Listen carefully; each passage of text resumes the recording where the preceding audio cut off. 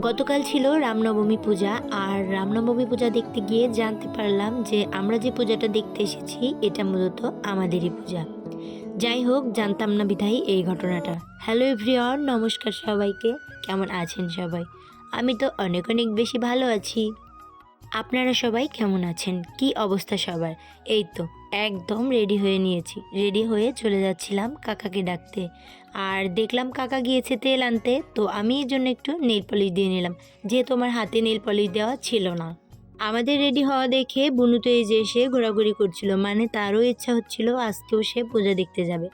আমরা আর কি এই তো রেডি হয়ে এখন রওনা দিয়ে দিচ্ছি। মানে আমি আর আমার বান্ধবী নিপু, আমরা দুজনে এখন রাস্তায় দাঁড়িয়ে থাকবো কাকা না আসা পর্যন্ত। কাকা গিয়েছিল তেল আনতে, আর এত বড় তেলের লাইন, বাপরে বাপ! আসতে তো কাকার প্রায় 1-1.5 ঘন্টা লেগে গেল। যাই হোক, যেহেতু কাকা আসতে 1-1.5 ঘন্টা লাগছে, আমরা দুজনে মিলে একটু সুন্দর মতো ভিডিও করে নিলাম। আর ভিডিও করতে করতে ফাইনালি কাকা এই যে চলে আসলো। বর্তমানে বাইক চালানো হয়ে গিয়েছে একটা বিলাসিতার মতো, মানে ওই যে তেল পাওয়া যায় না, তেল নেওয়ার জন্য লম্বা লাইনে দাঁড়াতে হয়। আর বললাম না, আমার বুড়ি বুনুটার ইচ্ছা হচ্ছে যে যাবে আমাদের সাথে। অ্যান্ড এই যে দেখুন, সে কিন্তু একদম রেডি সেডি হয়ে সামনের দিকে বসে পড়েছে। এবং আমরা সবাই রওনা দিয়ে দিয়েছি, মানে পূজা দেখতে যাব সেই উদ্দেশ্যে। আমাদের জার্নিটা তো খুবই ভীষণ ভালো ছিল। এমনিতেও আমার বাইক জার্নি ভালো লাগে, বাট ওই যে সর্দি কাশি, এই ভয়ে খুব একটা জার্নি করা হয় না। আমাদের একটা কাকা থাকার কারণে আসলে এত পরিমাণ সুবিধা হয়, মানে কাকা আমাদেরকে এত বেশি ভালোবাসে। যখন যা বলবো তখন তাই, যখন যেখানে নিয়ে যেতে বলবো তখন সেখানেই নিয়ে যায়। অ্যান্ড ফাইনালি এই যে চলে এসেছি মায়ের মন্দিরে, আর মায়ের মূর্তি দর্শন করে নিলাম। আর এদিকে দেখুন, সে কিন্তু আমার বান্ধবীর হাত ধরে আছে। মানে নিপুকে থাকলে পরে নিপুকে ছাড়াও কিচ্ছু বোঝে না, একদম নিপুর পিছে পিছে ঘুরে বেড়ায়।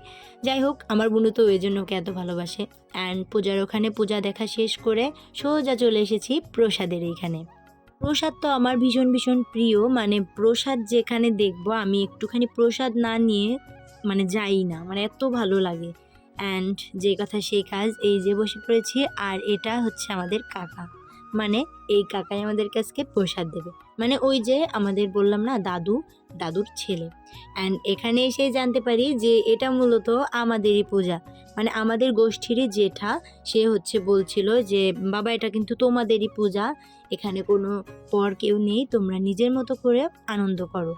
আমি তো আসলে আগে থেকে কাউকেই চিনতাম না, তেমন জানতামও না। পরে সবার সাথে পরিচয় হলো, অনেক বেশি ভালো লাগলো। আর বিষয়টাও জানতে পারলাম যে আমাদেরই পূজা এটা।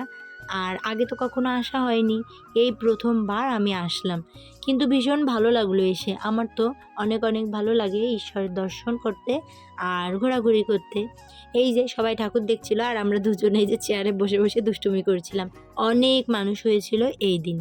অ্যান্ড আমরা ওখানে প্রায় 3 ঘন্টা মতো ছিলাম। এরপর দাদু এই যে আমাদের জন্য প্রসাদ দিয়ে দিল, মানে বাড়িতে নিয়ে যাওয়ার জন্য। এখন আমরা চলে যাব। এখন বাজে ওই তো 8:30 মতো। এই যে আমি একটু সুন্দর মতো লাইটিংটা ভিডিও করে নিলাম। অ্যান্ড এই যে রওনা দিয়ে দিয়েছি বাড়ির উদ্দেশ্যে।